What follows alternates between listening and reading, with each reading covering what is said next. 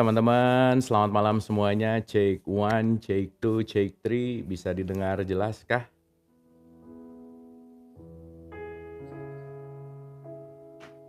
Jelas ya?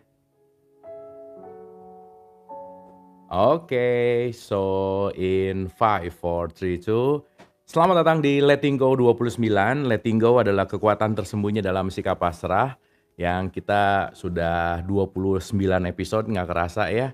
Semoga perjalanan 28 episode kemarin, teman-teman yang baru mulai, yang udah beberapa episode, yang semua episode udah didengerin gitu. Mudah-mudahan pembelajaran Letting Go ini membawa kita menuju kepada lebih mengenal diri kita, emosi kita, perasaan kita, dan banyak hal yang mungkin kita bisa pelajari dari Letting Go karena Letting Go ini saya rasa software lah ya, saya akan menyebut ini software yang akan sangat bermanfaat dimanapun, kapanpun dalam kehidupan ini gitu. Jadi eh, ini akan bermanfaat sih karena yang kita pelajari adalah mekanisme gitu ya. Kalau kita tahu mekanismenya maka kita tidak akan berjudi dalam tanda petik. Kalau saya tahu kenapa yang terjadi, apa penyebabnya, apa akar masalahnya, karena segala sesuatu kalau kita nggak tahu akarnya kita akan berputar-putar di wilayah buah gitu. Dan ketika kita sibuk di dalam buahnya, ya berbuah yang sama, karena kenapa kita tidak pernah merubah akarnya gitu. Nah jadi letting go adalah perjalanan menuju akar, perjalanan mengenal diri kita. Ya kita tahu ya, kita review sedikit bahwa yang di luar itu jasad gitu ya, masuk sedikit ke dalam itu disebut manas. Teman-teman masih ingat manas itu isinya apa? Ayo coba komen dulu nih. Ini kalau udah sampai 28 nggak tahu manas tuh bahaya aja. Ayo isinya manas apa aja tuh? Wah, pintar. PPE ya biar gampang ya, kita singkat aja ya. Pikiran, perasaan, dan emosi. Oke. Fisiologis tubuh kita itu sangat memengaruhi emosi kita. Maka emosi itu adalah energy in motion. Maka kalau tubuh jarang gerak, pasti emosinya nggak bagus. Jadi teman-teman jangan lupa olahraga. Ya, yang mager olahraga emosinya nggak bagus pasti. Oke, jadi apa yang kita lakukan terhadap tubuh ini jangan lupa ya bahwa ketika kita berolahraga kita lagi membuat tubuh kita ini selaras sebetulnya. Jadi bukan karena terpaksa, bukan karena harus gitu ya, bukan karena ya intinya berat gitu ya. Tetapi begitu kita ngerti bahwa oh oke, once saya mager maka stres akan mendekat. Once saya mager, maka satu perasaan akan menimbulkan banyak ribuan pikiran gitu ya. Nah jadi kalau emosi oke, perasaan oke, pikiran juga oke. Dan jangan lupa si pikiran ini akan membuat mental image yang memberikan sinyal kepada tubuh kita berbentuk hormon gitu.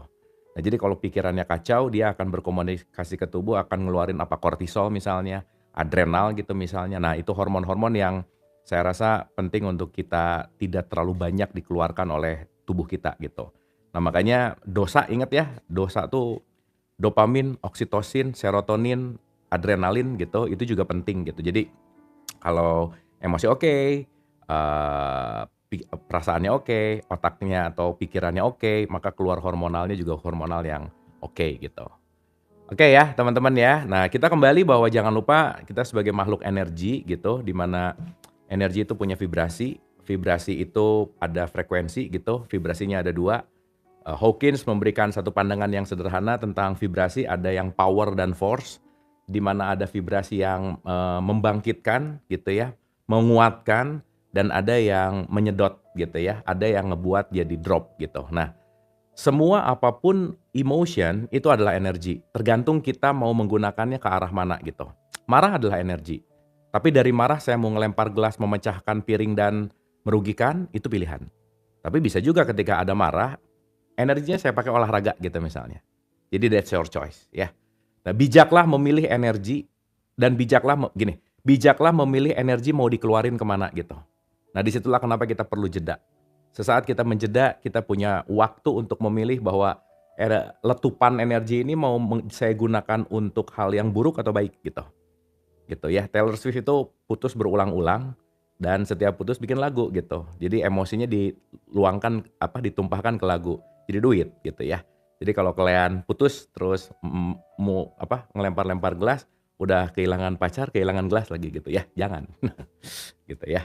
Oke, tapi kalau punya pacar sih, kalau ya, kalau nggak apa-apa ya, Oke, teman-teman kita akan lanjut ya di 29 ini dan saya mau make sure dulu suaranya oke ya, aman ya teman-teman semua ya, di semua platform oke ya. Sip, alright. So, kita udah mulai masuk ke, frekuensi yang namanya ketakutan gitu. Bagi yang lupa, saya mengulang sedikit ya ke tabel Hawkins. Hawkins itu bikin tabel sebanyak 17, tingkatan. Ya, 17 tingkatan itu kita sebut sebagai frekuensi, ya. Frekuensi yang paling rendah itu disebut dengan yang namanya rasa malu atau disebut shame, itu nilainya 20. Naik satu level disebut guilt, jadi teman-teman kalau banyak malu, banyak merasa bersalah, apatis, banyak duka cita, itu hati-hati. Ya itu frekuensi nggak aman. Ya makanya yuk belajar lagi gitu. Seenggaknya ketika kita ada shame naik satu level bersalah. Jadi duka cita itu lebih baik daripada ketika kita merasa bersalah gitu. Nah jadi dari level 20, 30, 50, 75 sampai level ketakutan itu ada di level 100 gitu. Nah jadi 1, 2, 3, 4 kita sekarang udah masuk ke 5 level dari bawah. Jadi level yang paling bawah disebut shame, rasa malu. Naik satu level disebut guilt, rasa bersalah. Jadi kalau rasa bersalah tuh maunya nyalahin, terus jadi korban, jadi victim. Gara-gara dia aku gini, gara-gara mereka aku gini gitu. Nah kita akan jadi korban terus, jadi victim of life gitu. Nah jadi belajar jangan jadi victim gitu ya. Ingat, semua apa yang datang ke kita bukan siapa yang datang, tetapi bagaimana kita memiliki sudut pandang terhadap yang datang gitu. Ya. Nah teman-teman saya mau mulai dulu dari 2 diksi baru nih. Nggak baru sih sebenarnya, mungkin kalau yang sering dengar saya ngomong pasti udah nggak asing sih. Ada reaktif, ada proaktif. Ada apa aja? Boleh diulang? Reaktif dan proaktif. Ya, 2 nih, tolong ingetin ini baik-baik. Nah, kalau orang yang reaktif, itu adalah orang yang melakukan sesuatu gegara dorongan dari faktor luar. Itu namanya reaktif. Saya marah gara-gara kamu. Saya beli gara-gara mereka. Saya komen gara-gara itu. Itu. Itu namanya reaktif. Berarti kendali kita dipegang oleh faktor eksternal gitu. Sama kayak kucing ya. Kucing tuh kalau dikasih bulu-bulu, bulunya di kesini, zut, dia lari ke sini. Bulunya ke sini, dia lari ke sini. Bulunya lagi ke sini, dia lari ke sini. Kemana si bulu itu pergi, dia akan ngejar. Nah itu reaktif namanya. Gitu ya. Jadi kalau kalian marah gara-gara orang lain, nah nggak beda jauh sama kucing ya. Jadi kalau kucing lagi bulunya di kesini-sini dia diem aja, nah itu termasuk kucing yang sudah mulai berkesadaran. Sorry ya bro, saya kucing yang proaktif berarti. Jadi saya nggak akan terganggu sama main-mainan Anda, gitulah kira-kira. Nah jadi bisa jadi kucingnya lebih sadar dari yang punya gitu ya. misal. Nah itu gambaran sederhana. Kalau kita marah gara-gara orang lain berarti reaktif. Berarti kita nggak punya power. Artinya kita tidak sadar ketika kita marah. Gitu. Tetapi kalau kita bicara dalam konteks proaktif, aku akan memutuskan saya perlu marah atau tidak. Aku akan memutuskan saya perlu bete atau tidak. Aku akan memutuskan saya perlu komen atau tidak gitu. Makanya sekali lagi hal yang penting adalah pause moment. Karena kita selalu adiksi dan kecanduan terhadap apa yang men-trigger kita dari luar. Nah jadi kalau ada trigger, kenapa kita perlu jeda dulu? Dan sorry to say, ini kalau nggak dilatih nggak bisa. Karena kalau kita tidak terlatih merubah kebiasaan terhadap pola reaktif kita, maka kita akan selamanya dijajah oleh reaktif. Kita jadi budak. Gitu ya. Jadi perbudakan itu bukan masalah siapapun di luar diri kita. Kita diperbudak oleh kebiasaan kita gitu. Nah jadi kalau sekarang ada orang yang bilang bahwa aku tuh manusia bebas. Enggak juga sih. Bebas dari mana? Orang kamu marah gara-gara orang ngomong ngejelekin kamu gitu. Ya tiap dibilang, ih kamu kok iteman? Bete. Kamu kok agak gemukan? Bete. Kamu kok agak bete gitu. Sekalinya, ih kamu kelihatan cantik, ih nyindir pada. Nah itu tuh tipikal orang-orang yang reaktif tuh gitu ya. Disebut cantik salah, disebut jelek salah juga gitu. Nah ya udah sih gitu. Ya, begitu disebut baik, wah ini kayaknya ngehina nih. Tapi nah gitu-gitu tuh. Tuh ujung-ujungnya balik ke pola reaktif yang Kelean banget lah pokoknya ya. Ya, kita serba salah, bener. Kelihatan dari komen-komennya ya, heeh. Komen-komen yang reaktif itu nggak mikir, langsung jawab gitu ya, jawab aja gitu. Bahkan nggak ditanya aja ngejawab ya, heeh. Nggak diminta wejangan aja ngasih wejangan mulu ya, nyerocos mulu gitu ya, wah, nyeramahin mulu gitu, padahal orang nggak nanya gitu ya. Nah itu kan tipikal-tipikal kalian lah ya.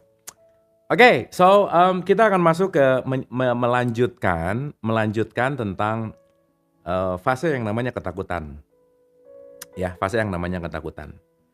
Jadi saya akan mulai karena kemarin udah mulai masuk ke contoh-contoh ya.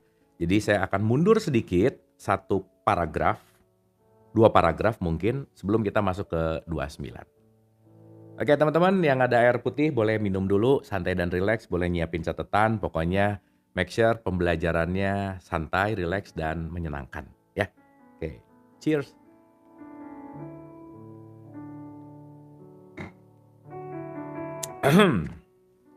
Oke, siap ya?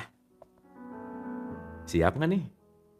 Ini kalau online tuh nggak kelihatan muka-mukanya, kalau offline tuh kan mukanya kelihatan gitu ya. Ngerti?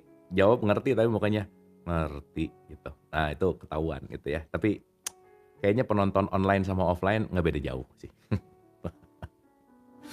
Oke guys, let's go ya. Pelan-pelan, santai dan rileks. Ketakutan disembuhkan oleh cinta. Wah, ya openingnya asik banget nih. Jadi kalian yang kekurangan cinta pasti banyak takut hidupnya gitu. Ini adalah tema sentral dari seri buku psikiater Jerry Jampolsky. Misalnya, Love is letting go of fear. Cinta itu melepaskan ketakutan. Right? Cinta itu melepaskan ketakutan. Makanya kalau orang lagi jatuh cinta ya, mau sungai kek, mau gunung kek, hajar aja. Bener nggak? Karena ada power di situ gitu.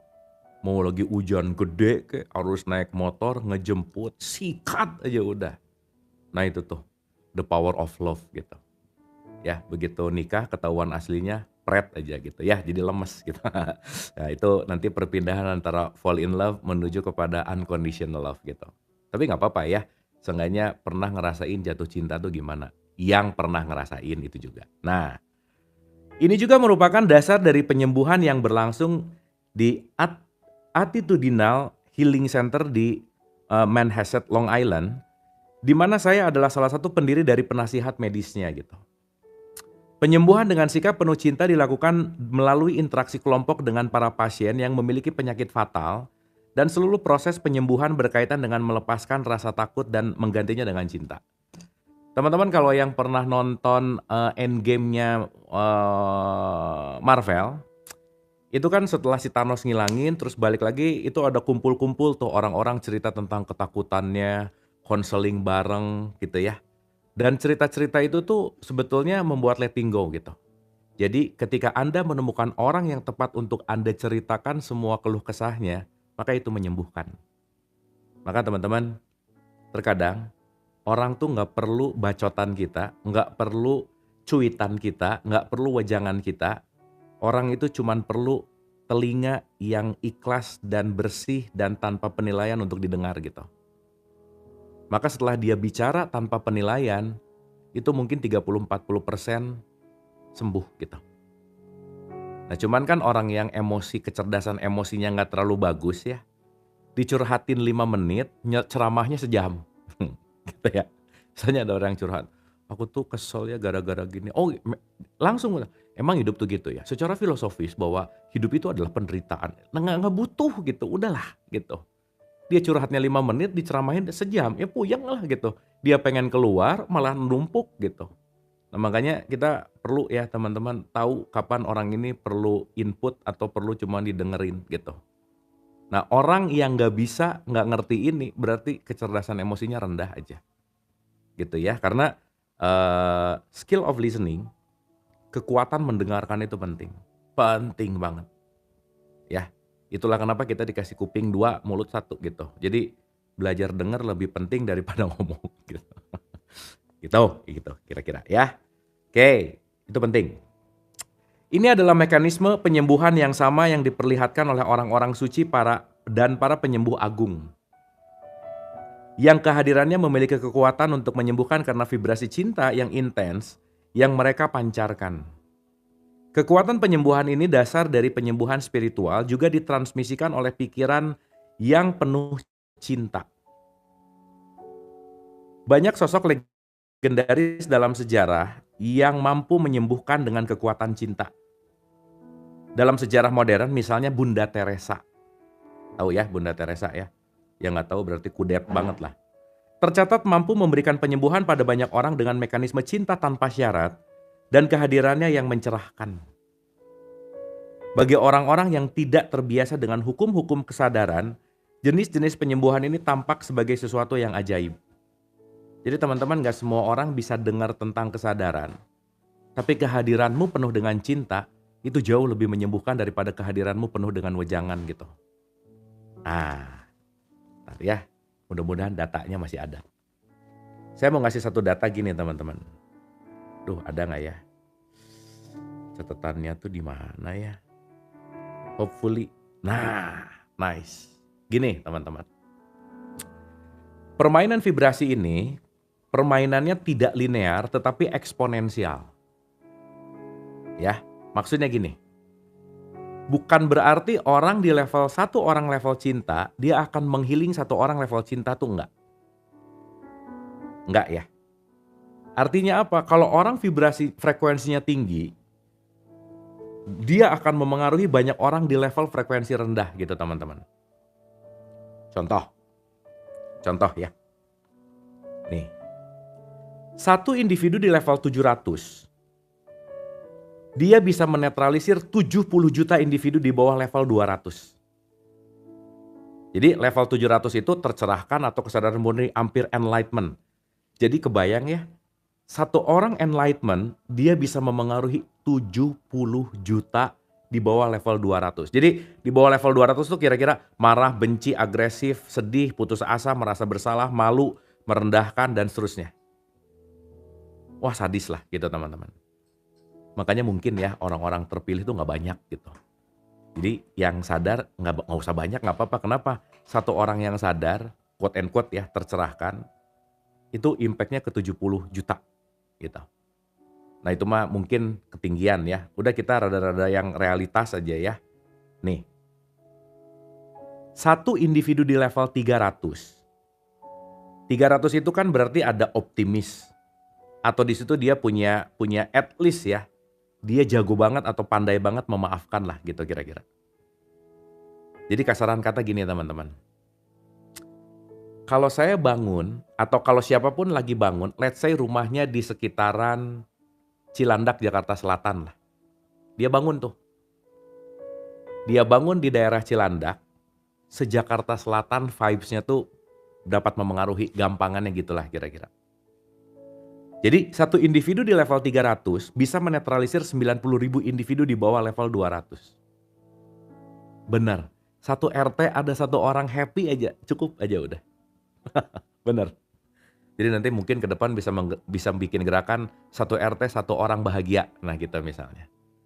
Nah kebayang kalau di rumah nih ya, udah gak usah ngomongin yang di luar lah ya. Ini terutama terjadi pada figur otoritas gitu. Biasanya terjadi pada ibu. Kalau ibu bangun ribet, udah serumah-rumah ikut ribet aja biasanya. Karena ibu itu mitokondria PLN-nya rumah gitu. Bos misalnya ya. Bos lagi bete datang ke kantor, sekantor-kantor bisa ngerasain betenya si bos gitu. Jadi jangan harap anak buahnya nurut kalau bosnya frekuensinya butut gitu, jelek gitu kira-kira. Nggak bisa. Karena orang yang dipandang sebagai figur otoritas, orang yang dipandang sebagai pemimpin, itu memiliki potensi besar untuk memberikan vibrasi dan frekuensi yang oke gitu. Ya, makanya bener tuh buat emak-emak, buat ibu-ibu, kalau bisa latihan ini gitu. Karena mitokondria di rumah tuh ibu. Ya ini bukan mengecilkan para bapak, bukan ya. Tapi ya itu sih gitu. Ngerti ya teman-teman ya. Jadi maksud saya, kalau kita mau nyelamatin banyak orang, cukup selamatin dulu diri yang baik. Kenapa? Karena vibrasinya bisa memengaruhi gitu. Jadi gak usah sibuk dulu kemana gitu. Makanya Mother Teresa, aduh keren lah. Keren nih statementnya gini. Kalau kamu nggak bisa ngasih makan 1.000 orang, kamu kasih makan 1 orang aja, cukup. Nggak usah sok-sokan pengen banyak lah udah. Kenapa? Karena ya daripada 1.000 angan-angan, mending satu yang realitas gitu kira-kira. Karena nanti kalau kita bicara dalam konteks keberadaan tunggal nih ya, wah kita agak luas gitu. Itu kemarin baru ikutan Vedanta ya, Vedanta itu kan bicara non-duality. Kita akan tahu bahwa kita semua tuh nggak pernah terpisahkan, gitu. Maka menolong 1 orang sama dengan menolong satu semesta raya gitu kira-kira. Anyway, ya nanti kita nyampe ke situ pelan-pelan. Dapat ya teman-teman ya? Jadi cara terbaik untuk, ini nih keren nih. Ntar. Nah, cara terbaik memberikan pelayanan kepada orang yang kita sayang adalah dengan terus-menerus memperbaiki diri. Selesai. Karena dengan aku terus-menerus meningkatkan frekuensi dan memperbaiki diri, itu adalah hadiah terbesar untuk orang-orang yang kita sayang. Period. Titik. Oke?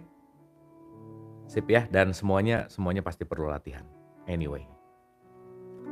Ini adalah mekanisme penyembuhan yang sama yang diperlihatkan oleh orang-orang suci, salah satunya adalah Bunda Teresa. Bunda Teresa tercatat mampu memberikan penyembuhan pada banyak orang dengan mekanisme cinta tanpa syarat dan kehadirannya yang mencerahkan. Bagi orang-orang yang tidak terbiasa dengan hukum-hukum kesadaran, jenis-jenis penyembuhan ini tampak sebagai sesuatu yang ajaib. Tetapi bagi mereka yang terbiasa dengan hukum-hukum kesadaran, fenomena seperti itu adalah hal yang lumrah. Level-level kesadaran agung dalam diri mereka mampu menyembuhkan, mentransformasi dan mencerahkan orang lain. Udah teman-teman, kita rasain barengan aja ya. Saya yakin siapa yang lagi hadir di room ini malam hari ini pasti good vibes. Teman-teman ngerasa nyaman gak ada di room ini sekarang? Barengan sama 900-an orang something nih ya. Ada feel yang nyes gitu gak? Sok rasain.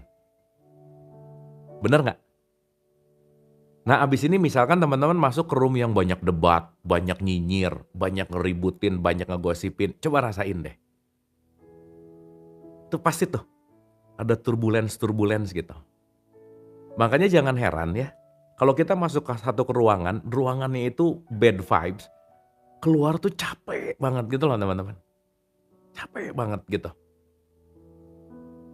Nah itulah kenapa kita penting untuk memfilter circle gitu. Ya penting banget loh untuk kita. Kayaknya aku memilih untuk nggak usah kumpul deh. Kayaknya aku memilih untuk nggak usah ngobrol sama dia deh. Kayaknya aku memilih untuk nggak usah komunikasi deh. Karena kita punya self boundaries gitu. Disitulah yang terjadi dalam konteks yang namanya self love. Dan sorry to say, orang baik nggak bisa melakukan ini. Hanya orang yang sadar yang bisa melakukan ini. Karena orang baik itu kan people pleaser gitu. Dikit-dikit ya udah, dalam hatinya aduh malas. Oke, dalam hatinya sebenarnya nggak pengen-pengen amat sih gitu. Dan dia terus membohongi perasaannya tanpa sadar yang terjadi apa? Psikosomatis gitu. Anyway. Sok dirasain sekarang. Betul nggak? Ada feel good? Dapat nggak? Sip. Nah berarti kan kita bisa ngerasain gitu. Kalau Lipton kan bilang bahwa kata-kata itu kan sebetulnya menutupi pemaknaan gitu. Tapi vibrasi nggak bisa bohong. Makanya language designed to hide feeling. Bahasa didesain untuk menutup perasaan. Karena apa yang dirasain nggak bisa 100% diucapkan gitu.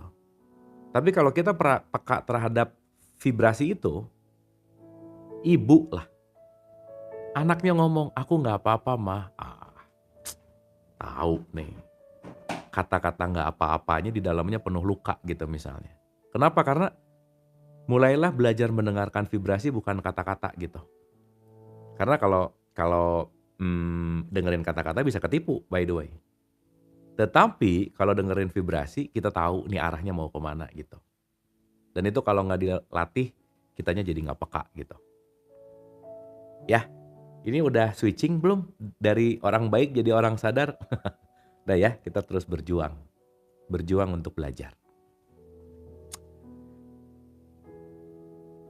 Level-level kesadaran agung dalam diri mereka mampu menyembuhkan, mentransformasi dan mencerahkan orang lain. Nilai dari mekanisme pasrah adalah dengan melepaskan rintangan-rintangan yang menghalangi diri kita dari cinta. Jadi kemarahan itu nggak ada sih.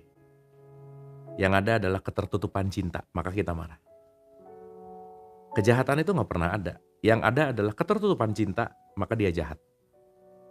Gitu. Gelap itu nggak ada. Yang ada adalah ketiadaan cahaya. Gitu. Ya. Kemampuan untuk mencintai. Saya ulang ya. Nilai dari mekanisme pasrah adalah dengan melepaskan rintangan-rintangan yang menghalangi diri kita dari cinta. Kemampuan untuk mencintai meningkat pesat dan energi cinta memiliki kapasitas untuk menyembuhkan diri sendiri dan orang lain. Love is bridge to anything. Rumi selalu bilang bahwa cinta itu jembatan untuk kemana-mana gitu. Gak ada orang yang tidak bisa terhubung dengan cinta gitu. Ya. Oke, itu preview pemanasan kita teman-teman. Jadi mudah-mudahan ini dapat juga gitu ya. Kita mulai ngerti, mulai oh iya ya, kenapa begini, kenapa begitu. Ini juga teman-teman sambil kita refleksi gitu ya. Sambil kita regulasi untuk menyadari gitu bahwa oh kemarin gitu, oh ternyata karena begini. Oh kemarin gini kenapa berulang begini gitu. Supaya kita belajarnya sambil melakukan yang namanya self inquiry. Penyelidikan ke dalam diri, diselidiki gitu. Karena diri yang tidak pernah diselidiki, ya nggak worth it lah gitu. Ya. Oke, let's start. Kita mulai ya. Satu-satunya kelemahan dari jenis penyembuhan ini adalah seringkali kesembuhan itu terjadi pada saat berdekatan dengan seorang yang mampu memancarkan cinta yang agung, tetapi penyakit itu kembali ketika orang-orang menjauh dari orang yang kehadirannya memancarkan cinta tersebut. Kecuali mereka sendiri telah belajar untuk meningkatkan kesadarannya sendiri gitu. Nah ini menarik. Kalau dekat gurunya, semangat. Begitu jauh dari gurunya, lesu lagi. Nanti mau ketemu gurunya, semangat lagi. Jauh, lesu lagi gitu. Nah ini Hawkins bilang salah satu kelemahannya jadi ketergantungan gitu intinya. Ya, nah makanya balik lagi nih. Guru itu kan cahaya, bukan orangnya. Guru itu pancarannya, bukan subjeknya. Sama kayak gini teman-teman, si abunya tuh gak penting. Tapi yang penting adalah yang dititipkan sebagai energi, vibrasi, dan frekuensi itu yang penting. Sayanya gak penting gitu. Gitu ya, makanya don't look up, don't look down. Itu ingat baik-baik gitu. Gak usah idle, gak usah jelekin, biasa aja. Makanya saya selalu menetapkan bahwa kita ini sahabat bertumbuh. Kita sama-sama belajar, kita sama-sama bertumbuh gitu. Gitu ya. Jadi dalam tanda petik kata kuncinya adalah hati-hati terhadap ketergantungan gitu. Ya karena Hawkins bilang ya kelemahannya adalah kalau dekat sama si kekuatan gede itu membaik, kalau menjauh jadi kalau baterai itu ngedrop gitu. Gitu ya. Anda mungkin bertanya, jika mengirimkan pikiran yang penuh cinta memiliki kekuatan penyembuhan, bagaimana kita bisa menjumpai semua orang sakit di rumah sakit yang keluarganya begitu cemas? Mengapa cinta keluarganya tidak menyembuhkan pasien? Jawabannya adalah dengan melihat jenis-jenis pikiran yang dikirimkan oleh keluarga kepada pasien. Ketika Anda memeriksa mereka, Anda akan tahu bahwa yang dipancarkan oleh keluarga mereka terutama adalah pikiran kesedihan dan ketakutan, disertai rasa bersalah dan ambivalensi. Nah, saya nyari padu padan kata ambivalensi dulu teman-teman. Ambivalensi itu apa ya padu padannya, bentar. Ambivalensi adalah oke. Nih, keren nih ya. Ambivalensi adalah kondisi ketika seseorang memiliki perasaan, keyakinan, atau reaksi yang bertentangan secara bersamaan terhadap suatu objek, orang, atau situasi. Jadi, ini bagus sih contohnya.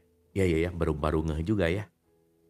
Kenapa vibrasi di rumah sakit tuh nggak bagus? Karena orang yang datang mungkin penuh dengan cinta, datangnya nyuapin, bawain makanan, tapi mungkin membawakan makanan dan nyuapinnya, dianya ada di frekuensi-frekuensi yang takut, sedih, khawatir, cemas gitu. Nah itu sangat memengaruhi ya teman-teman ya, ternyata gitu ya. Oh ini contoh bagus banget sih ya. Sekali lagi ya. Ini nih keren soalnya. Dan ini saya rasa bukan hanya di rumah sakit aja sih ya. Di rumah juga gitu, di rumah yang lagi sakit ya, di rumah kita masing-masing gitu. Anda mungkin bertanya, jika mengirimkan pikiran yang penuh cinta memiliki kekuatan penyembuhan, bagaimana kita bisa menjumpai semua orang sakit di rumah sakit yang keluarganya begitu cemas? Mengapa cinta keluarganya tidak menyembuhkan pasien? Jawabannya adalah dengan melihat jenis-jenis pikiran yang dikirimkan oleh keluarga kepada pasien.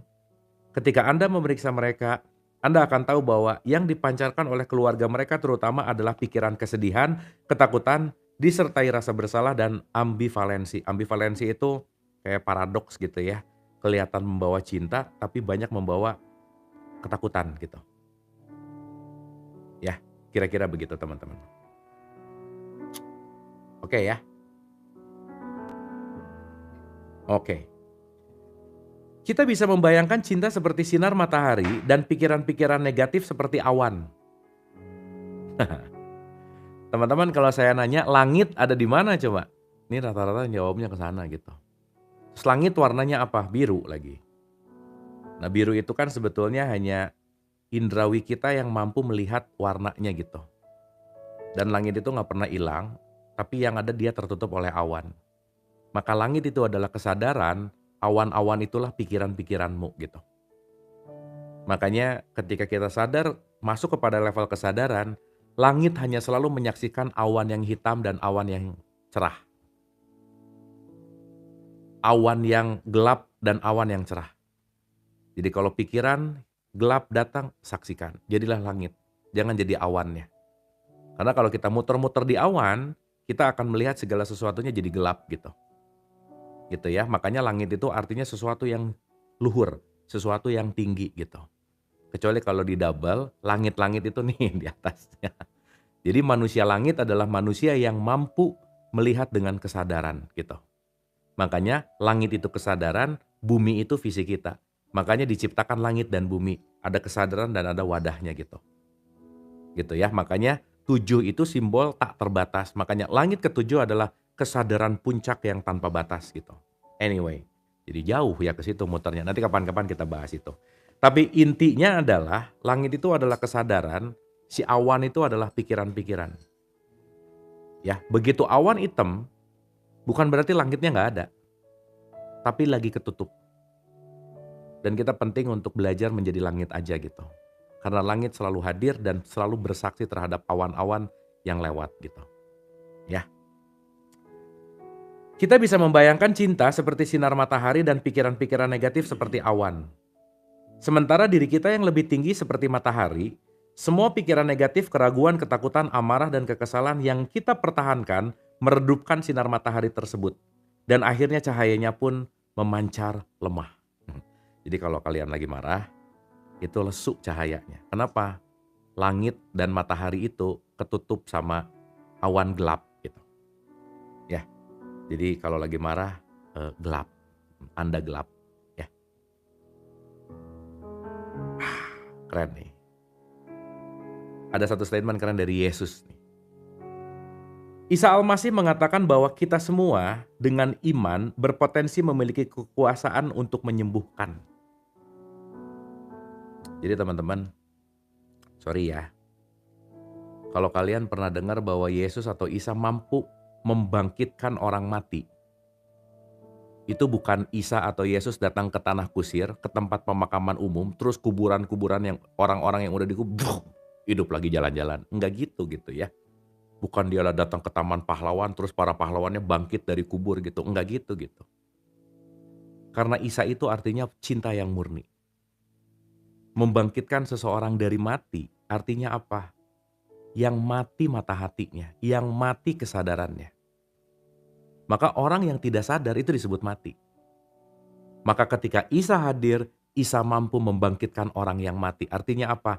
Cinta bisa membangkitkan orang yang tertutup kesadarannya. Maka Isa bisa menyembuhkan penyakit buta. Bukan dia datang ke rumah sakit mata, dipegang zet do, bisa ngelihat. Bukan. Tapi dia mampu membuat, cinta mampu membuat keterbukaan mata hati kita. Karena dengan mata fisik kita melihat dia adalah kebencian, tapi dengan mata hati kita melihat bahwa oh dia adalah jalan untuk aku menemukan cinta gitu misalnya. Jadi bukan masalah dia datang, yang buta, oh aku bisa ngelihat. Ya nggak gitu juga sih gitu. Gitu ya. Makanya ini very good example kenapa Hawkins ngambil Yesus gitu ya, ngambil Isa Al-Masih. Isa Al-Masih mengatakan bahwa kita semua dengan iman berpotensi memiliki kuasa untuk menyembuhkan. Orang suci atau orang yang memiliki kesadaran tinggi adalah sosok yang telah menghilangkan awan-awan negatif dan memancarkan kekuatan penyembuhan penuh dari matahari di dalam dirinya. Itulah juga mengapa sosok-sosok suci memiliki kekuatan magnetik sedemikian rupa sehingga mereka menarik banyak orang ke hadirat fisik mereka. Ini keren sih. Itulah juga mengapa sosok-sosok suci memiliki kekuatan magnetik sedemikian rupa sehingga mereka menarik banyak orang ke hadirat fisik mereka. Nah jadi ini salah satu statementnya Yesus. Nah ini Sri Ramana Maharishi. Ini keren banget nih.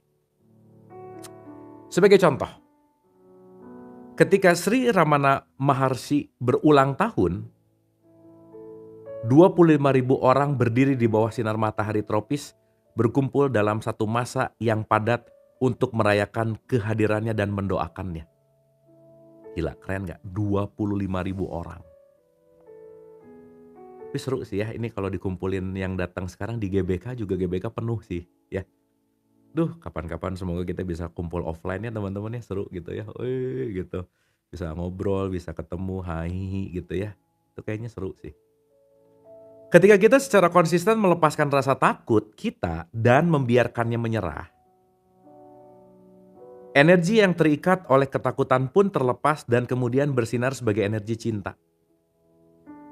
Karena itu, cinta tanpa syarat memiliki kekuatan terbesar dari semuanya. Dan cinta itu adalah kekuatan dari orang-orang suci. Cinta tanpa syarat juga merupakan kekuatan ibu dan ayah. Kehadirannya sangat penting bagi anak-anak yang belajar mencintai saat mereka bertumbuh. Ini dalam perspektif psikologi misalnya. Sigmund Freud mengobservasi bahwa hal terbaik yang bisa terjadi pada kita ketika tumbuh dewasa adalah menjadi anak favorit ibu kita.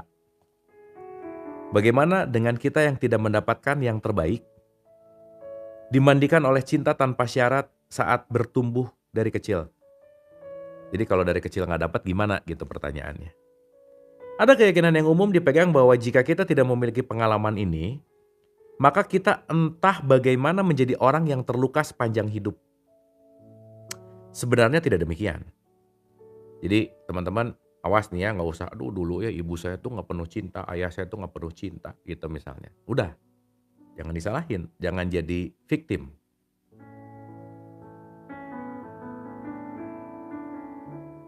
Seseorang yang telah mengalami banyak cinta di awal kehidupan memiliki lebih sedikit ketakutan. Tetapi cinta ini tak pernah terlepas dari diri kita semua. Melalui sifat keberadaan kita dan energi kehidupan yang mengalir melalui kita dan memampukan kita untuk bernapas dan berpikir, semua manusia sejatinya memiliki tingkat energi vibrasi yang sama di dalam dirinya. Ya, jadi kualitas quote and quote ruh kita tuh ya sama sih sebenarnya ya. Kalau kata si Anjrit nih ya, ingat banget quote-nya si Anjrit nih. Kita itu semua sama, yang beda utangnya katanya.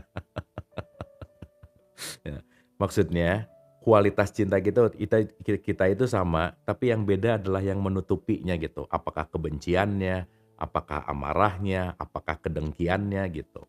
Gitu. Yang ketawa banyak utang pasti ya. Jika kita membiarkan pengalaman terhadap sifat sejati kita sendiri terhambat oleh ketakutan, maka kita bisa menemukan kembali cinta di dalam diri kita dengan mekanisme pasrah Dan dengan demikian melepaskan awan-awan negatif di dalam diri. Penemuan kembali cinta batiniah ini bermakna kita menemukan kembali sumber kebahagiaan sejati. Teman-teman, gini ya, gini. Kita menyangka bahwa ada orang yang akan memberikan pencerahan kepada kita. Kita menyangka bahwa akan ada sosok yang akan memberikan enlightenment gitu. Nggak ada sama sekali. Karena yang sering saya bilang bahwa kita semua tuh membidani, membantukan orang lain melahirkan karena kenapa? Semuanya sudah ada di dalam dirimu gitu. Dan memang melahirkan itu perlu pertolongan faktor eksternal, iya. Maka orang yang menyebalkan adalah bidan yang terbaik. Orang yang mengesalkan adalah bidan yang terbaik. Dan bidan tertinggi dalam hidup itu pasangan dan anak sih. Itu banyak sekali melahirkan kita kepada wisdom gitu. Cuman pilihannya cuma ada 2. Bidan itu datang mau menambah luka atau mau menumbuhkan, that's your choice. Jadi kalau kita setiap hal buruk datang hanya menambah luka, pilihanmu. Tetapi ketika ada sesuatu yang datang membuat kita jadi bertumbuh, pilihanmu juga gitu. Anyway. Ya guys ya. Jadi semua depend dari apa yang kita pilih. Anyway. Your choice. Dan ingat, gak ada yang bisa nolong kecuali diri kita sendiri gitu. So, love yourself better. Cintailah dirimu lebih baik. Dan cintailah terus dirimu lebih baik. Karena ketika seseorang tidak mencintai dirinya, itu akan berdampak kepada efek keluar dirinya. Ketika orang yang sering benci kepada orang lain, udah pasti dia sering benci kepada dirinya. Fix.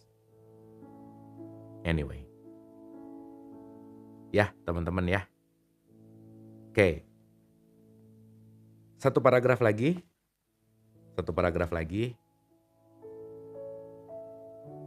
Sampai sini dapat sesuatu, guys? Anyway teman-teman, ini memang bukunya Hawkins, Letting Go, tapi seperti biasa racikan saya. Dan racikan saya silahkan dinikmati hidangannya, tapi diicip-icip, racik juga sendiri. Jangan telan mentah-mentah ya. Kunyah-kunyah, rasa-rasa lagi gitu. Oke, satu paragraf terakhir. Mengakui bayangan. Wah, ini kita akan lama-lama sih di sini. Karena shadow itu penting untuk kita pahami. Kalau teman-teman sering baca buku psikologi, pasti ngerti apa itu shadow. Dan shadow itu sangat kental dengan Carl Gustav Jung. Nah, ada tuh Jung, Jung. Oke. Salah satu penghambat perkembangan emosi adalah ketakutan pada apa yang terkubur dalam bawah sadar kita. Ya. Carl Jung menyebut area ini yang tidak ingin kita lihat dan miliki dengan istilah shadow. Alam sadar, bawah sadar, tidak sadar. Makin bawah, makin gak kentara. Jadi kita tuh banyak hal yang belum kita kenali tentang diri kita karena kenapa? Banyak sekali yang tersimpan di bawah sadar kita gitu. Ya teman-teman ya. Ia mengatakan bahwa diri kita tidak bisa disembuhkan dan menjadi utuh kecuali kita mengenali dan mengakui bayangan tersebut. Jadi teman-teman kalau lagi suasana enak apa tiba-tiba aduh kok gak enak ya. Tiba-tiba apa? Itu adalah muncul dari shadow yang belum kamu ketahui. Lagi oke, lagi fine, lagi nice. Terus puff lagi, aduh kenapa ya? Pernah gak ngerasain gitu? Nah itu lagi ada letupan dari bawah sadar, shadow lagi ngasih sinyal nih. Gitu. Ya. Makanya Jung bilang kalau kamu ngerti shadow kamu, itu kamu berpotensi untuk quote and quote sembuh gitu. Ia mengatakan bahwa diri kita tidak bisa disembuhkan dan menjadi utuh kecuali kita mengenali dan mengakui bayangan tersebut. Ini berarti yang terkubur di dalam diri kita semua yang disebut Jung sebagai ketidaksadaran kolektif. Inilah yang disebut collective unconscious. Wah keren nih. Duh kalau ada papan tulis saya coret-coret nih, tapi ya udahlah ya, dibayangin aja dulu. Adalah segala sesuatu yang paling tidak kita akui tentang diri kita.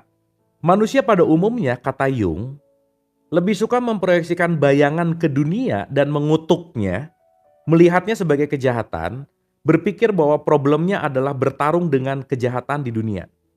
Pada kenyataannya, masalahnya hanyalah mengenali dan menerima kehadiran pikiran-pikiran dan impuls-impuls semacam itu di dalam diri kita.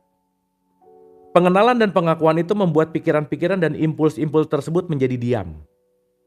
Begitu diam, pikiran-pikiran dan impuls-impuls itu tidak lagi mengendalikan hidup kita. Jadi kita lebih gampang nyari kambing hitam, gara-gara dia aku begini, gara-gara mereka aku begini, disalahin semua. Padahal semua datang dari mana? Dari shadow di dalam.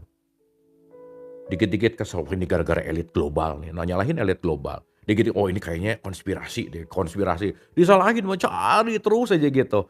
Padahal problemnya di subconscious mind gitu intinya. Ya, jadi nyalahin aja mulu gitu kerjaannya, ya. Ngelihat yang dikit, oh ini kayaknya gitu. Ya, banyak kecurigaan gitu hidupnya. Dalam melihat ketakutan kita pada hal-hal yang tidak diketahui yang merupakan ketakutan pada kedalaman alam bawah sadar. Kita disarankan untuk memiliki selera humor nih guys, ya please. Orang yang kekurangan humor nggak asik gitu hidupnya ya, kaku gitu kayak kanebo kering. Orang kaku tuh cepet patah by the way. Susah gitu diajak bercanda gitu. Ya serius gitu banget gitu ya. Udah lah tuh nggak asik aja gitu ya.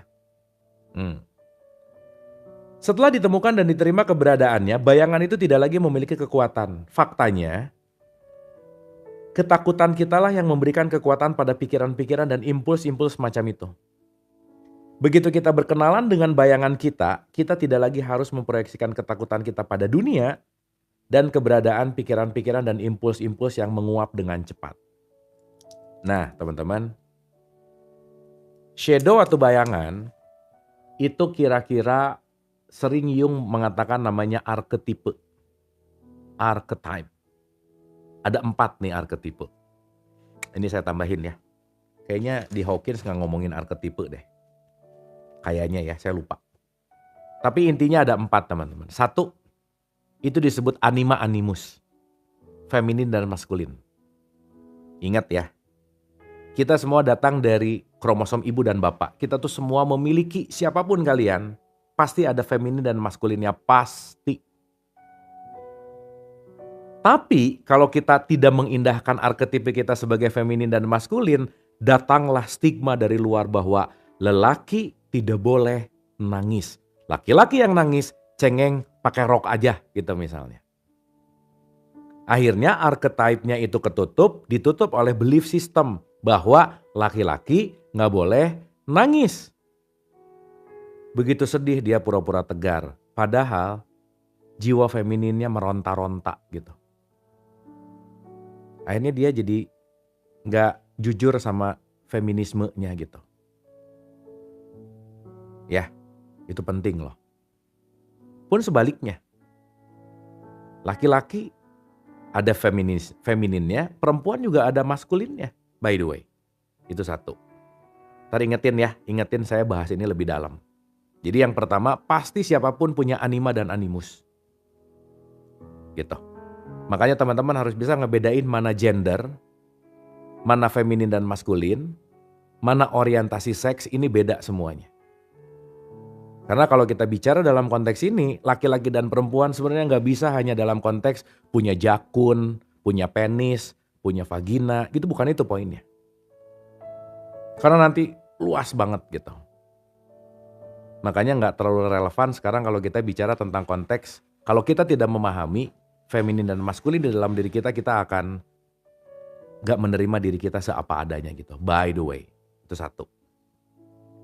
Anima, animus. Makanya anima itu feminin, animus itu maskulin. Makanya kalau nama-nama Julia itu pasti perempuan. Julius itu pasti laki-laki. Makanya anima animus gitu. Itu satu. Yang kedua, itu disebut apa ya yang kedua ya? Persona. Yang kedua itu disebut persona. Topeng.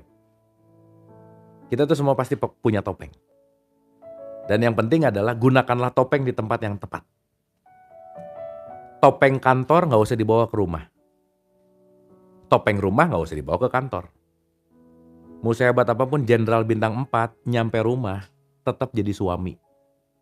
Tetap aja istrinya cemberut, bete, udah selesai itu. Jenderal padahal, beres. Anyway. Jadi bintang 4-nya nggak bisa dibawa ke rumah, udah nyampe rumah suami titik. Di kantor komandan, iya. Nah, tepat guna menggunakan persona itu penting. Ya. 1 anima animus, 2 persona, 3 tar. 3 tuh shadow, yang tadi saya cerita, yang tadi kita baca. Semua orang punya shadow, jadi teman-teman sorry to say, maaf ya. Gak usah memandang perfect siapapun karena kenapa? Setiap orang punya shadow-nya.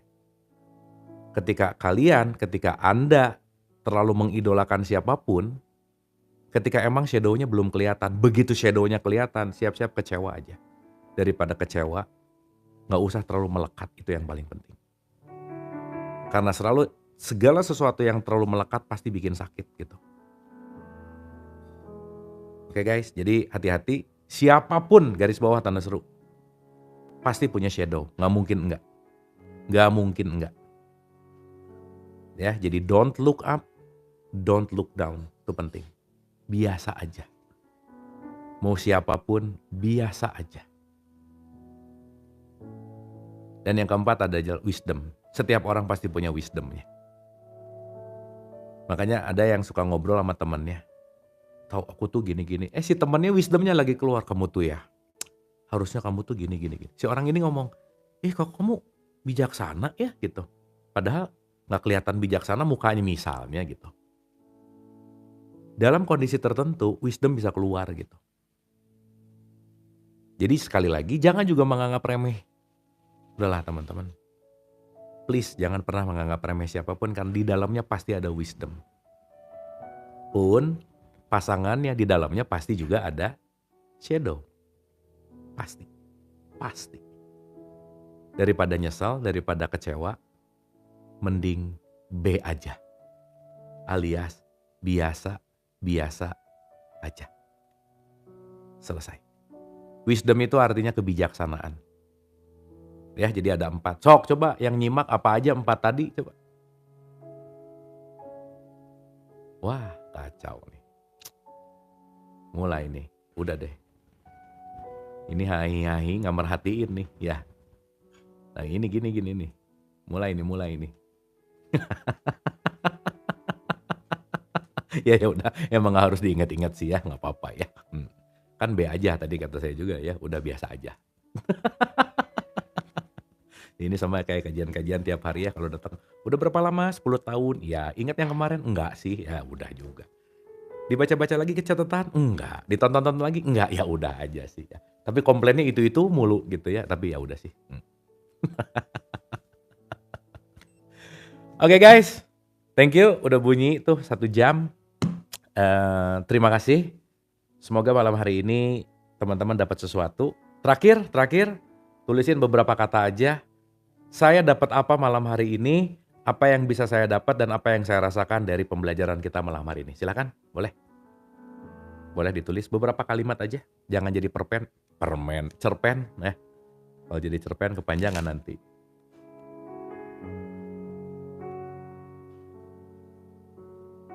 Lebih tenang, oke.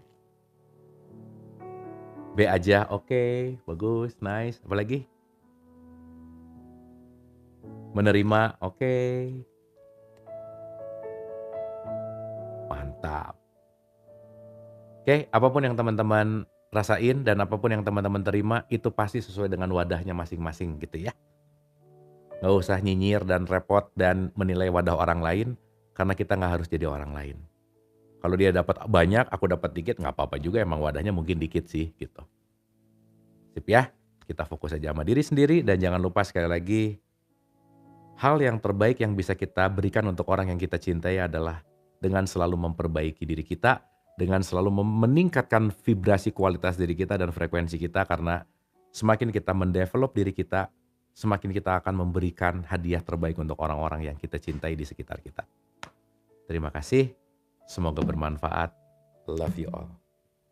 Terima kasih ya teman-teman, thank you.